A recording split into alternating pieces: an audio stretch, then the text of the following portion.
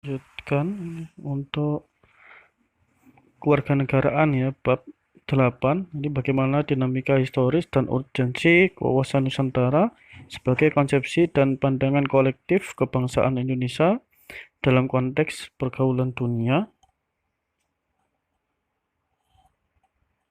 Masuk sub bab D, membangun argumen tentang dinamika dan tantangan wawasan Nusantara. Ini dengan adanya konsepsi wawasan Nusantara, wilayah Indonesia menjadi sangat luas dengan beragam isi flora, fauna, serta penduduk yang mendiami wilayah Indonesia gitu ya. Namun demikian konsepsi wawasan Nusantara juga mengajak seluruh warga negara untuk memandang keluasan wilayah dan keragaman yang ada di dalamnya sebagai suatu kesatuan. Kehidupan politik, ekonomi, sosial budaya, pertahanan, dan keamanan dalam kehidupan bernegara merupakan satu kesatuan, dan luas wilayah Indonesia tentu memberikan tantangan bagi bangsa Indonesia untuk mengelolanya. Hal ini dikarenakan luas wilayah memunculkan potensi ancaman dan sebaliknya itu memiliki potensi keunggulan dan kemanfaatan gitu ya, yang harus dikelola dengan baik gitu ya. Nah, ini ada pemberitaan media gitu ya, di mana 70% daerah tertinggal di timur Indonesia dalam metrotvnews.com. Ya, masih ada 113 kabupaten yang belum berhasil lepas dari ketertinggalan. Sekitar 70 diantaranya berada di wilayah timur Indonesia. Kendala utama untuk mengentaskan kabupaten tersebut adalah kualitas sumber daya manusia yang rendah dan sulitnya wilayah geografis. Ini oleh Menteri Pembangunan Daerah tertinggal gitu ya. Dan rendahnya kualitas SDM di wilayah tertinggal tercermin dari angka melek huruf yang ratanya masih di bawah 30%, rendahnya kualitas manusia, dan menurut Helmi menjadi kendala utama. Pasalnya untuk membenahi kekusutan bidang sumber daya manusia itu dibutuhkan waktu tahunan. Kalau kurang listrik atau jalan sih mungkin bisa langsung dibangun gitu ya, tapi kalau untuk melatih SDM ini perlu waktu yang lebih lama tuturnya. Kendala yang lain itu wilayah tersebut termasuk terisolasi hingga biaya investasi yang dikeluarkan menjadi sangat besar dan tidak sesuai dengan imbal baliknya. Dan mencontohkan suatu kampung dengan letak posisi sangat terisolasi yang hanya dihuni oleh 100 penduduk. Kalau PLN diminta membangun listrik di sana dengan panjang lintasan ke lokasi hingga 70 km, lanjut dia PLN tentu akan menolak gitu ya untuk wilayah seperti itu. Solusi yang disediakan lanjut Helmi adalah dengan mendirikan pembangkit listrik tenaga surya. Dan Deputi Pengembangan Sumber Daya Kementerian Pembangunan Daerah Tertinggal, Kusalim Basuki, menambahkan rata-rata tingkat melek huruf di daerah tertinggal, khususnya seperti Papua, memang sangat rendah. Ya, guna mengatasi hal tersebut, bekerjasama dengan Kementerian Pendidikan dan Kebudayaan pada 2013 lalu dilakukan program pelatihan baca tulis dan pendidikan keterampilan di 20 kabupaten tertinggal. Kemendikbud diberi tugas mendidik 18.000 orang dan KPDT 16.000 orang. Sistem pengajaran dilakukan dengan sistem training of trainer. Nah, kemudian untuk tahun ini program tersebut akan diperluas hingga 60 kabupaten. Lebih jauh, Agus menambahkan rata indeks pembangunan manusia yang diukur dari tingkat kesehatan dasar, lama pendidikan, dan daya beli wilayah tertinggal masih rendah. Ini 69,6 poin. Nah, jumlah ini masih jauh di bawah rata IPM nasional yang mencapai 72,77. Dan untuk mendongkrak IPM daerah tertinggal ke IPM nasional pada saat ini memang sangat berat. Dan diprediksi setidaknya dibutuhkan waktu hingga 16 tahun untuk mencapai itu. Untuk itu, hingga 2014 pemerintah hanya berharap IPM di daerah tertinggal bisa mencapai poin 70. Nah, ini dari metrotvnews.com. Kemudian Nah, ini bisa didiskusikan gitu ya, secara kelompok gitu ya. Bisa identifikasi potensi positif, negatif dari wilayah Indonesia yang berciri Nusantara. Nah, contohnya ada gambar 8.10 di potensi apa yang dapat dimanfaatkan dari Laut Indonesia. Ini saya kira Anda bisa Anda paham gitu ya, bisa paham ya apa yang dimanfaatkan. Misalnya Kabupaten Simalungun merupakan salah satu daerah di Sumatera Utara yang memiliki cukup banyak potensi panas bumi yang bisa dimanfaatkan sebagai energi listrik. Sedangkan potensi negatif perlu diantisipasi, ditanggulangi, dan dijaga agar tidak merusak atau mengganggu kelangsungan hidup masyarakat. Misal daerah Klaten dan Magelang yang rawan dari ancaman letusan gunung berapi. Dan wawasan Nusantara telah menjadi landasan visional bagi bangsa Indonesia guna memperkokoh kesatuan wilayah dan persatuan bangsa. Upaya memperkokoh kesatuan wilayah dan persatuan bangsa akan terus-menerus dilakukan. Hal ini dikarenakan visi tersebut dihadapkan pada dinamika kehidupan yang selalu berkembang dan tantangan yang berbeda sesuai dengan perubahan zaman. Dinamika yang berkembang itu misalnya, jika pada masa lalu penguasaan wilayah dilakukan dengan penduduk militer gitu ya, maka sekarang ini lebih ditekankan pada upaya perlindungan dan pelestarian alam di wilayah tersebut. Tantangan yang berubah, misalnya adanya perubahan dari kejahatan konvensional menjadi kejahatan di dunia maya atau digital gitu ya. Nah, lanjut ke E, mendeskripsikan esensi dan urgensi wawasan Nusantara. Sebagaimana telah dikemukakan di muka gitu ya, esensi atau hakikat dari wawasan Nusantara adalah kesatuan wilayah dan persatuan bangsa Indonesia. Nah, ini mengapa perlu kesatuan wilayah, mengapa perlu persatuan bangsa?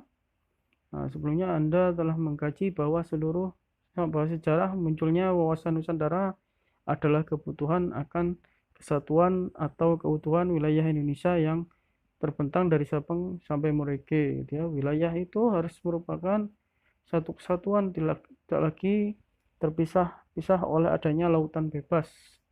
Nah, sebelumnya kita ketahui bahwa wilayah Indonesia itu terpecah-pecah sebagai akibat dari aturan hukum kolonial Belanda, yakni Ordonansi 1939. Baru setelah adanya deklarasi Juanda tanggal 13 Desember 1957, wilayah Indonesia barulah merupakan satu kesatuan di mana laut tidak lagi merupakan pemisah tetapi sebagai penghubung ya. Wilayah Indonesia sebagai satu kesatuan memiliki keunikan antara lain A. Bercirikan negara kepulauan ya dengan jumlah 17.508 pulau, luas wilayah 5.192 juta kilometer persegi dengan perincian daratan seluas 2.027 juta kilometer persegi dan laut seluas 3.166 juta kilometer persegi. Negara kita terdiri 2/3 lautan atau perairan. Jarak utara selatan 1.885 km dan jarak timur barat 5.110 km. Dan terletak di antara dua benua dan dua samudra atau posisi silang, terletak pada garis khatulistiwa, berada pada iklim tropis dan dua musim, menjadi pertemuan antara jalur pegunungan yaitu Mediterania dan Sirkum Pasifik, berada pada 6 derajat tentang utara, 11 derajat tentang selatan, dan 95 derajat bujur timur sampai 141 derajat bujur timur. Ya, wilayah yang subur dan dapat dihuni gitu ya, kaya akan flora, fauna, dan sumber daya alam. Nah, ini ada gambaran 8.11 Indonesia merupakan salah satu paru-paru dunia karena kepemilikan hutannya. Nah, kalau hilang ya saya kira Anda sudah paham ya apa yang terjadi jika hutannya Indonesia berkurang gitu, atau kemarin sempat terjadi kebakaran hutan. Nah, ini pasti dampaknya tidak hanya di Indonesia ya, tetapi juga di negara tetangga gitu ya. Nah, wawasan Nusantara yang pada awalnya sebagai konsepsi wilayah kewilayahan berkembang menjadi konsepsi kebangsaan. Artinya wawasan Nusantara tidak hanya berpandangan keutuhan wilayah gitu ya, tapi juga persatuan bangsa. Dan bangsa Indonesia dikenal sebagai bangsa yang heterogen gitu ya, Heterogenitas bangsa ditandai dengan beragam suku, agama, ras, dan kebudayaan. Dan bangsa yang heterogen dan beragam ini juga harus mampu bersatu, gitu ya. Nah, kemudian kira Anda juga tahu ya, mengapa bangsa Indonesia yang beragam ini harus kita pandang sebagai satu kesatuan, gitu ya. Dan bangsa Indonesia sebagai kesatuan juga memiliki keunikan, yakni memiliki keragaman suku, yakni sekitar 1128 suku bangsa pada data BPS 2010, memiliki jumlah penduduk besar sekitar 252 juta. Dalam Bank Dunia 2011 memiliki keragaman ras, keragaman agama, keragaman kebudayaan sebagai konsekuensi dari keragaman suku bangsa. Nah, ini contoh gambar 8.12 umat Konghucu dengan tradisi barongsai, dia telah diakui sebagai bagian dari bangsa Indonesia. Dan saya kira pasti ada yang lainnya juga gitu ya. Konsep wawasan Nusantara menciptakan pandangan bahwa Indonesia sebagai satu kesatuan wilayah merupakan satu kesatuan politik, sosial, budaya, ekonomi, serta pertahanan dan keamanan. Atau dengan kata lain, perwujudan wawasan Nusantara sebagai satu kesatuan politik, sosial, budaya, ekonomi, dan pertahanan dan keamanan. Pandangan demikian penting sebagai landasan visional bangsa Indonesia, terutama dalam melaksanakan pembangunan. Satu, perwujudan Kepulauan Nusantara sebagai satu kesatuan politik memiliki makna bahwa kebulatan wilayah nasional dengan segala isi dan kekayaannya merupakan satu kesatuan wilayah, wadah, ruang hidup, dan kesatuan matra seluruh bangsa, serta menjadi modal dan milik bersama bangsa. Dua, bahwa bangsa Indonesia yang terdiri dari berbagai suku dan berbicara dalam berbagai bahasa daerah, serta memeluk dan meyakini berbagai agama dan kepercayaan terhadap Tuhan Yang Maha Esa harus merupakan satu kesatuan bangsa yang bulat dalam arti yang seluas-luasnya. Tiga, bahwa secara psikologis bangsa Indonesia harus merasa satu, senasib, sepenanggungan, sebangsa dan setanah air, serta mempunyai tekad dalam mencapai cita-cita bangsa. 4, bahwa Pancasila adalah satu-satunya falsafah serta ideologi bangsa dan negara yang melandasi, membimbing, mengarahkan bangsa menuju tujuannya. 5, bahwa kehidupan politik di seluruh wilayah Nusantara merupakan satu kesatuan politik yang diselenggarakan berdasarkan Pancasila dan Undang-Undang Dasar 1945. 6, bahwa seluruh Kepulauan Nusantara merupakan satu kesatuan sistem hukum, dalam arti bahwa hanya ada satu hukum nasional yang mengabdi kepada kepentingan nasional.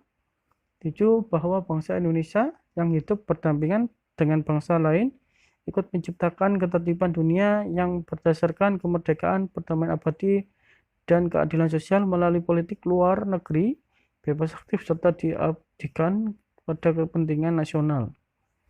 Implementasi wawasan Nusantara dalam kehidupan politik akan menciptakan iklim penyelenggaraan negara yang sehat dan dinamis. Hal tersebut tampak dalam wujud pemerintahan yang kuat, aspiratif, dan terpercaya yang dibangun sebagai penjelmaan kedaulatan rakyat. 2, perwujudan Kepulauan Nusantara sebagai satu kesatuan ekonomi ini memiliki makna bahwa kekayaan wilayah Nusantara baik potensial maupun efektif adalah modal dan milik bersama bangsa, dan bahwa keperluan hidup sehari-hari harus tersedia merata di seluruh wilayah tanah air. 2, tingkat perkembangan ekonomi harus serasi dan seimbang di seluruh daerah tanpa meninggalkan ciri khas yang dimiliki oleh daerah dalam pengembangan kehidupan ekonominya. 3, kehidupan perekonomian di seluruh wilayah Nusantara merupakan satu kesatuan ekonomi yang diselenggarakan sebagai usaha bersama atas asas kekeluargaan dan ditujukan sebagai bagi sebesar-besar kemakmuran rakyat. Dan implementasi wawasan Nusantara dalam kehidupan ekonomi akan menciptakan tatanan ekonomi yang benar-benar menjamin pemenuhan dan peningkatan kesejahteraan dan kemakmuran rakyat serta secara adil dan merata. Samping itu, implementasi wawasan Nusantara pada aspek ekonomi mencerminkan tanggung jawab pengelolaan sumber daya alam yang memperhatikan kebutuhan masyarakat antar daerah serta timbal balik serta kelestarian sumber daya alam itu sendiri. 3, perwujudan Kepulauan Nusantara sebagai satu kesatuan sosial budaya memiliki makna bahwa masyarakat Indonesia adalah satu, kehidupan bangsa harus merupakan kehidupan bangsa yang serasi dengan terdapatnya tingkat kemajuan masyarakat yang sama, merata, dan seimbang, serta adanya keselarasan kehidupan yang sesuai dengan tingkat kemajuan bangsa. Dua, bahwa budaya Indonesia pada hakikatnya adalah satu, sedangkan corak ragam budaya yang ada menggambarkan kekayaan budaya bangsa yang menjadi model dan landasan pengembangan budaya bangsa seluruhnya. Dengan tidak menolak nilai-nilai budaya lain yang tidak bertentangan dengan nilai budaya bangsa yang hasilnya dapat dinikmati oleh bangsa. Implementasi wawasan Nusantara dalam kehidupan sosial budaya akan menciptakan sikap batiniah dan lahiriah yang mengakui segala bentuk perbedaan sebagai kenyataan hidup sekaligus karunia Tuhan. Gitu ya. Implementasi ini juga menciptakan kehidupan masyarakat dan bangsa yang rukun dan bersatu tanpa membedakan suku, asal-usul daerah, agama, atau kepercayaan, serta golongan berdasarkan status sosialnya. Gitu ya. Budaya Indonesia tidak menolak nilai-nilai budaya asing asalkan tidak bertentangan dengan nilai budaya bangsa sendiri dan hasilnya dapat dinikmati. 4. Perwujudan Kepulauan Nusantara sebagai satu kesatuan pertahanan dan keamanan yang makna bahwa ancaman terhadap satu pulau atau satu daerah pada hakikatnya merupakan ancaman terhadap seluruh bangsa dan negara gitu ya. Bahwa tiap-tiap warga negara punya hak dan kewajiban yang sama dalam rangka pembelaan negara dan bangsa. Implementasi wawasan Nusantara dalam kehidupan pertahanan dan keamanan akan menumbuhkan kesadaran cinta tanah air dan bangsa yang lebih lanjut akan membentuk sikap bela negara pada tiap warga negara Indonesia, dan kesadaran dan sikap cinta tanah air dan bangsa serta bela negara ini menjadi modal utama yang akan menggerakkan partisipasi setiap warga negara Indonesia dalam menghadapi setiap bentuk ancaman. Dan berdasarkan uraian tersebut, wawasan Nusantara berfungsi sebagai wawasan pembangunan, bahwa pembangunan nasional hendaknya mencakup pembangunan dalam bidang politik, ekonomi, sosial, budaya, dan pertahanan keamanan secara terpadu, utuh, dan menyeluruh. Saat ini pembangunan nasional membutuhkan sumber pembiayaan yang tidak cukup berasal dari sumber-sumber daya alam wilayah Indonesia. Sumber daya alam memiliki sifat terbatas dan tidak dapat diperbarui. Sementara itu, pembangunan yang harus terus berkembang membutuhkan sumber pembiayaan yang semakin besar pula. Oleh karena itu, negara membutuhkan sumber pembiayaan di luar sumber daya alam, khususnya minyak bumi dan gas alam. Kemudian pajak merupakan salah satu sumber penerimaan negara. Nah, ini menjadi sumber utama penerimaan negara yang digunakan untuk membiayai pengeluaran negara. Oleh karena itu, pajak sangat dominan dalam menopang pembangunan nasional. Ini ada proporsi kontribusi pajak itu sebagai sumber utama penerimaan negara. Ini misalkan pendapatan negara APBN 2016 1.822,5 triliun. Kemudian itu ada pembagian persentase itu ya, dari pajak itu 74,63% gitu ya. Ada PNBP 15,03%, bea dan cukai 10,23%, hibah 0,11%. Itu bisa diperhatikan bahwa pajak ini udah paling besar itu ya sebagai sumber utama penerimaan negara. Nah, kemudian kok zaman dulu ini ada gambar ya, zaman dulu kemudian zaman sekarang untuk membela negara gitu ya. Bayar pajak ini sebagai bentuk bela negara pada zaman sekarang gitu ya, karena tadi merupakan sumber utama dari perolehan pembayaran pajak. Dan untuk mendanai semua pengeluaran negara termasuk pembangunan gitu ya, pajak memiliki fungsi anggaran, yakni berfungsi untuk membiayai pengeluaran negara atau istilahnya fungsi anggaran gitu ya. Karena itu sangat penting kesadaran seluruh warga negara Indonesia khususnya yang telah berkategori wajib pajak untuk membayar pajaknya sebagai bentuk kontribusi warga negara dalam membiayai pembangunan nasional gitu ya. Baik, kita masuk ke F, rangkuman tentang wawasan Nusantara. Wawasan Nusantara bermula dari wawasan kewilayahan dengan dicetuskannya Deklarasi Juanda tanggal 13 Desember 1957.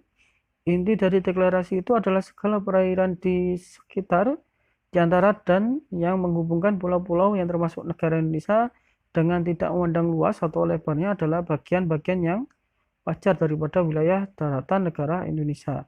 Dengan demikian, wilayah dari perairan, pendalaman atau nasional yang